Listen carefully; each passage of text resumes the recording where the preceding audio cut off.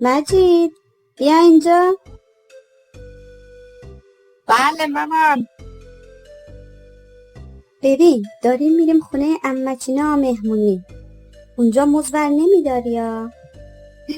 خب چرا؟ من موز دوست دارم. میگم ور نمیداری، فهمیدی؟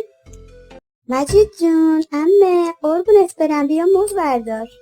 نه ممنون، من نمیخورم، تازه خوردم.